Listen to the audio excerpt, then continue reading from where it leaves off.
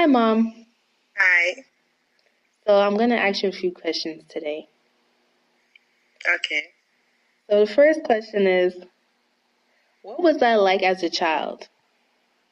As a child, I remember when you started talking before you were age 1, and you were talking before you started walking. And I really remember the first sentence that you made when I would go to work and live with your grandma. And your grandma had lost all her money because of illness, and so she always cried when I wasn't home. And then she would cry, hey, my money. So when I came home, you were just complaining. You were just telling me everything that happened. That was like before you were a year old. And then you started walking right after your birthday, let's say on your 13th month. That's when you started really walking. And you loved bones, like big fat bones. So you were always holding bones. The bones of a cow, any big bone you like. Yes! And, and your first language was Greek. Your first language was Greek. You were very fluent in it. Very, very intelligent kid. Everywhere you went, you just was a sunshine. And people thought that your dad was a Greek because you were very, very white. And but having you at that time like brought me a lot of luck. And through that, I won a lot of favors wherever I went. Everything I applied for was easy for me. Then at the age of 2.5, we moved from Greece to the U.S. And also, people were very amazed when they hear you speaking the Greek in the U.S. So you were here, and your first movie that TV series that you liked a lot was SpongeBob, and you get so excited when watching SpongeBob, and you be making every noise they made, and then you like the Geico, The lizard. yeah, the Geico advertising with the lizard. They go, look, lizard. And then there was one that had the ape that was always in pain. They said, Mommy, look, he's in pain. He's in pain. And you used to feel sorry for that ape, that advertiser. Well, but I always enjoyed watching you. Like you would stand right in front of the TV. You would think that people were coming out. I don't know, but we always liked standing right in front of the TV to watch it. And also, you were grandma's favorite. You were always looking for your grandma. Always. You guys always had something to talk about. And when you had a very short temper. And when your temper goes up, your grandma was always the one to like calm you down. So that's how it was until at the age of 2.5 years, you had to go to Africa, Ghana, and you were there for like 2 years. And always I'll call you, and there was always adventure. 5 years old, you came back to US and started kindergarten, and you were so talented. Like you would sketch anything you see, anything you saw, you just sketched it. And I'll fix your hair and put all these colorful ribbons in it so that you look different in your class. You didn't talk a lot though. You really didn't talk a lot, but you observed everything, and you like going out in the sun. Oh, and you were scared of birds. I'm still scared of birds. You didn't like anything that flies. You didn't like pigeons. You didn't like the dark. You were scared of birds, and you didn't like the cops. They intimidate you because I always scared you, and we always have to fight to get you to eat anything. So I always used to say that I was going to call the cops on you if you didn't eat. So that was the only thing that made you eat. And you'll be praying, Hail Mary, just save you from calling the cops, just so you could eat. And that was your interesting time, and you loved church, or you always wanted to be in church. And your friends there, and I also remember Priscilla, who always used to sketch. You always had an extra paper with you when you were going to church because you always wanted her to sketch something for you. So I think that that's when you really picked up the art and craft. And I also believe that you are like divine talent in designing, because you could design anybody or anything. So as growing up, your teachers always encouraged me to send you to the School of Art because they saw that you are talented. And most of the paintings in Petridis, you did it. And I remember you would come home and then you continue and took some home. You took some back to school, and like 5 or 6 paintings that is in the library in Petridis is all by your signature, which I believe that you're going to be famous. So you'll be showing it off. So let's say at the age of 10, you finally decided you want to be a designer. You had friends, good friends and bad friends, and those were your challenges. The ones that you like, I didn't like them, and you were very short-tempered. That was also the problem because you didn't talk a lot, so everything was in action. But besides that, everybody that you came along with liked you, and you had your dreams. So when you told me that you didn't want to be a nurse, you said you didn't want to be in the health field. And I got it right there because I knew that you were already talented and I wasn't going to mess that up. So from age 10, age 11, you already knew what you wanted to become. And that prepared my mind. So, tell me about some of your favorite or least favorite memories from my childhood. My least favorite from my childhood. My least favorite from your childhood was at the age of 10. That was when you called that terrible thing. You were... I think it's terrible too, but continue. Well, it's supposed to be terrible too, but in your case, it was terrible thing. You were always angry about something. And we fought a lot at that age. Even at school, that was when I had to be at your school because somebody slapped you. Nobody slapped me. I slapped somebody. Or somebody did. What did the person do? The person... No, because she said something crazy, and I was like, what? So, yeah, you know me. I had anger issues, so I just slapped her real quick. Mm-hmm.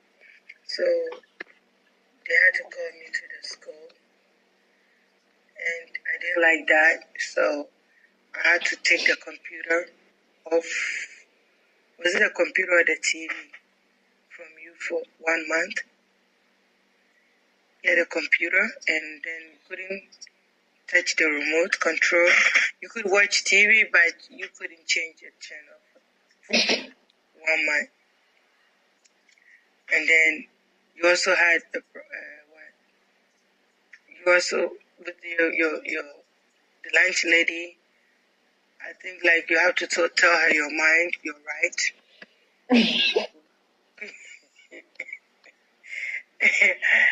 Yeah, because you were like, well, I got to tell you my mind, but you are wrong, and whether you're a teacher or not, that's kind of. So my most challenging time with you was at the age 10 and 11.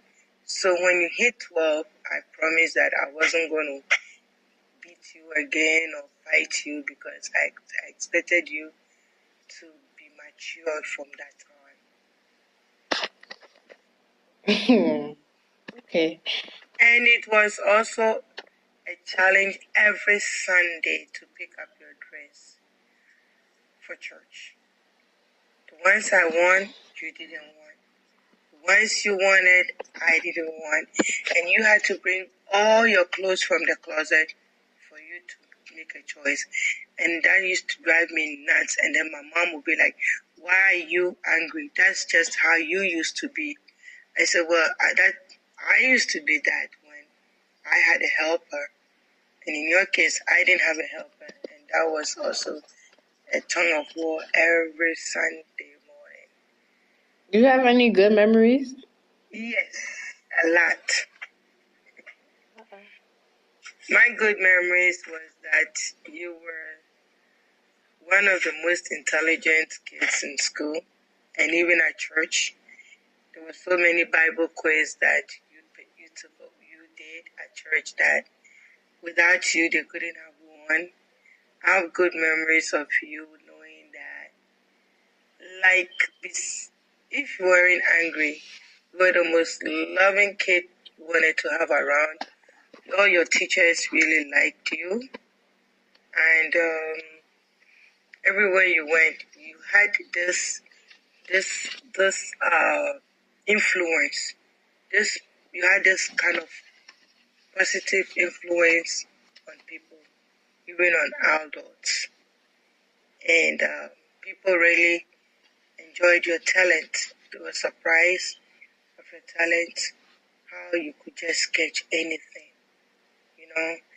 And also, you were more matured when you wanted to be. Your thinking was matured, your ways was,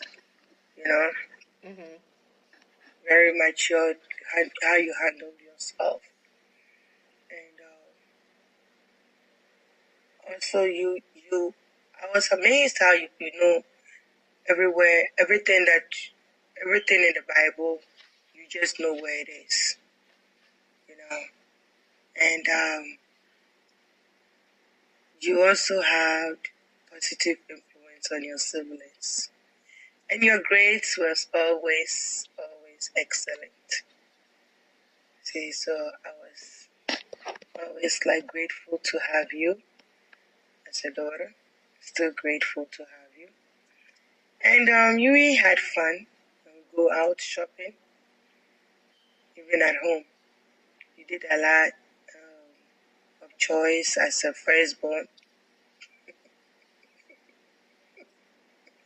Yeah, a lot of choice as a firstborn.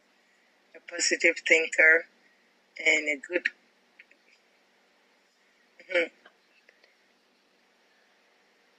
Okay. So my next question is, how and when did my analytical social style develop, and Wait, I'm gonna explain it to you. Just let me ask you the question, okay? And what role has it played in my life so far?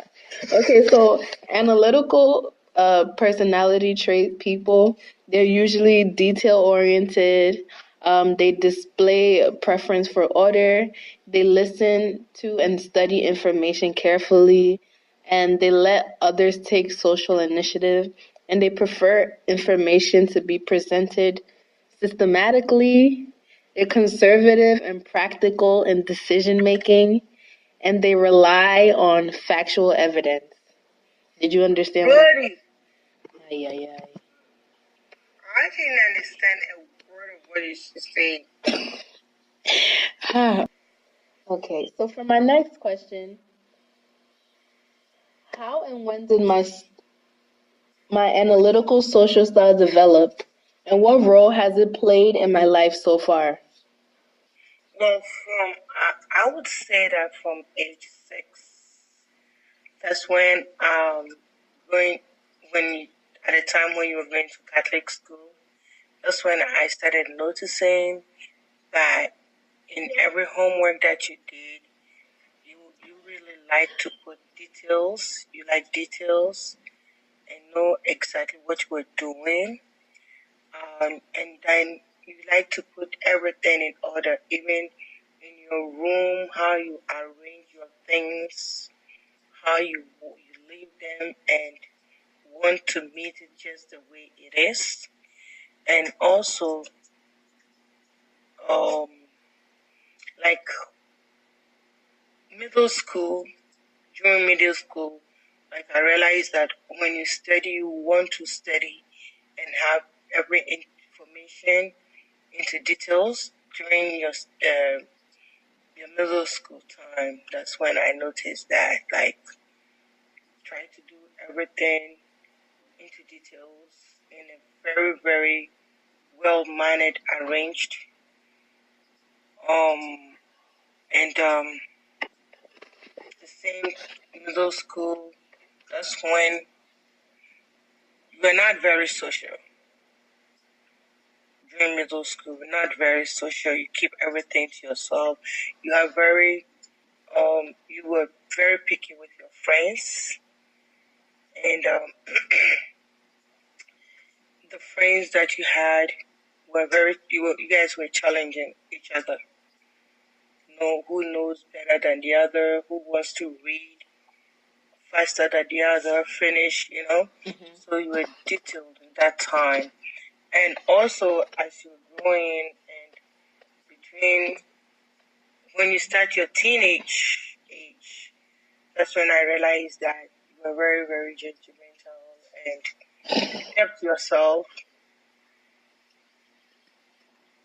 You kept things to yourself. You didn't trust a lot of people. And then you just say your mind, how you see things. That's during your teenage time. That's what I would say. So from age 13. Okay, so for my next question is, how and when did my nickname come about? Oh, that was your nickname came about at the age like 5 when you came back from Ghana, Mm-hmm. and there were a lot of kids around you, and they couldn't mention your name, Adriana. So there was this girl. She was like 2 years old at the time, or less. Mercedes. So instead of calling you Adriana, she just went Nyanya, Nyanya, Nyanya. So then we all started calling you Nyanya. So that was like at the age of 5. So she started calling you that, and we all just kept to it. And then you decided, like, you guys, you know what? Since none of you can call me the right name, just call me Nanya. So that's the time that. No, it's because of Mercedes. That's when the nickname came about. Okay. Yep. So, what are some habits that I developed as a child, good and bad? Oh, you scratched a lot and pinch a lot. So I used to call you Pussycat.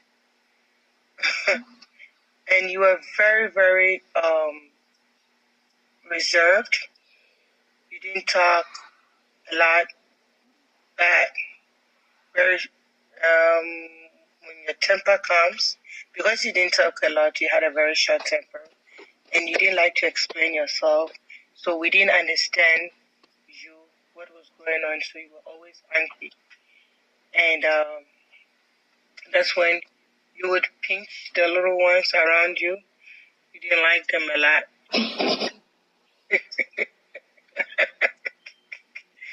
Then you would think that they're getting all the attention and you're not. And also the good part about you is that when you want to play, you are the most sunshine in your good moods. And you had particular dolls that you liked.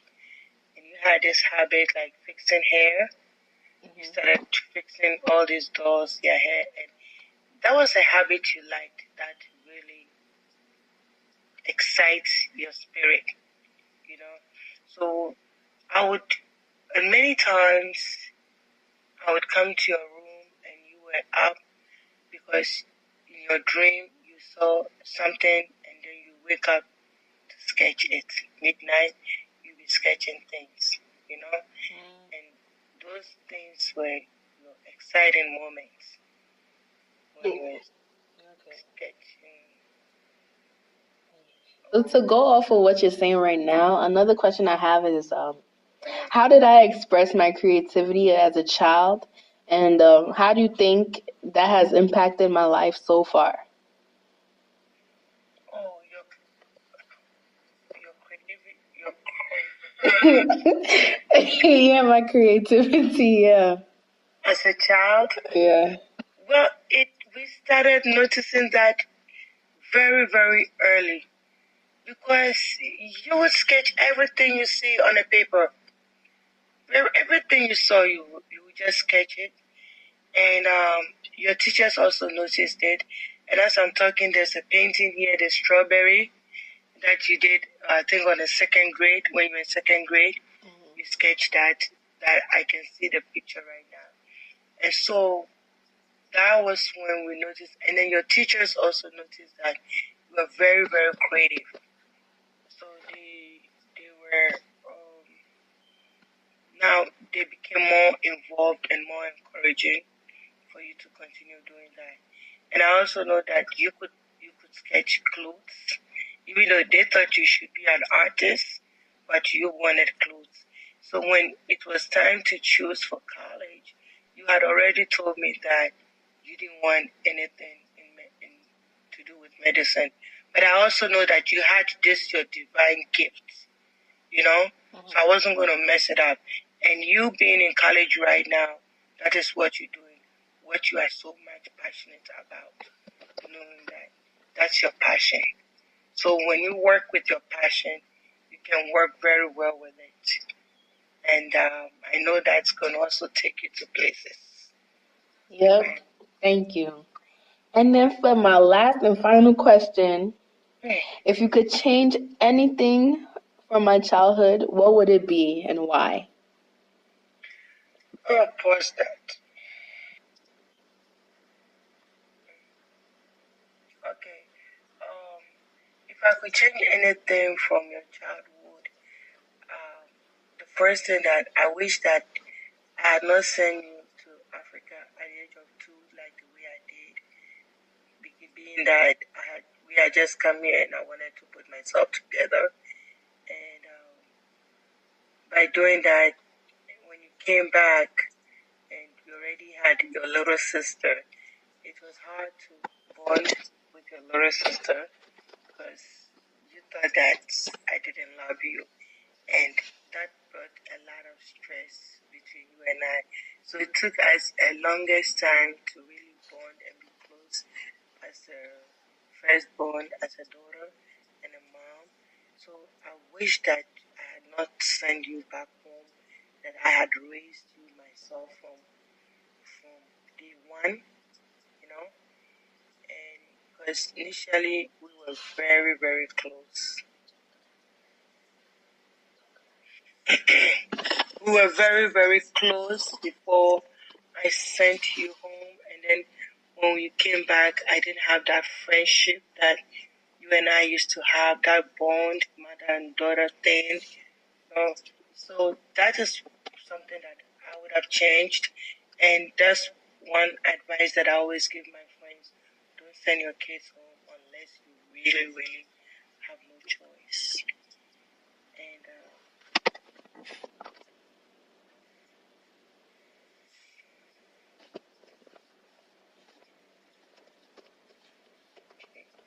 all right. I'm believing that when I sent you to Africa, to Ghana, you had, being that you were the youngest child in the house, you were over pampered. And I know you had a great life there because your uncle would carry you, take you places, and you were overloved. The love that you had and the attention that you have, that you were so happy over there. So when you came back to US, you to the States, and you weren't getting that attention, you thought that you were being cheated. You thought that we didn't love you because back home you got all the attention as the little as the youngest kid, but here you were supposed to be the oldest kids here.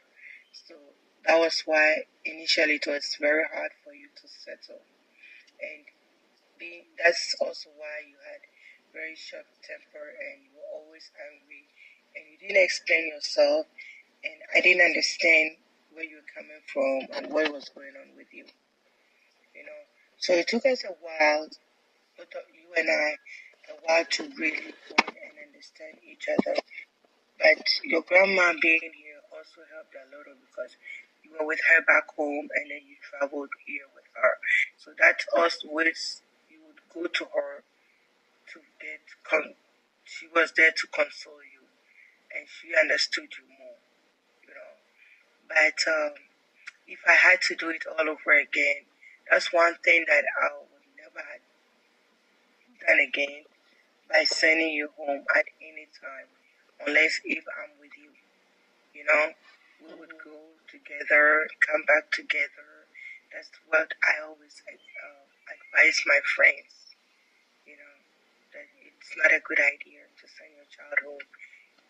Being here together, growing up together, bonding together, understanding each other together, and going through all the ups and downs helps a lot.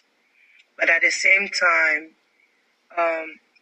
it helped you to know the family back home, and it helped them to know you, so you know who is who.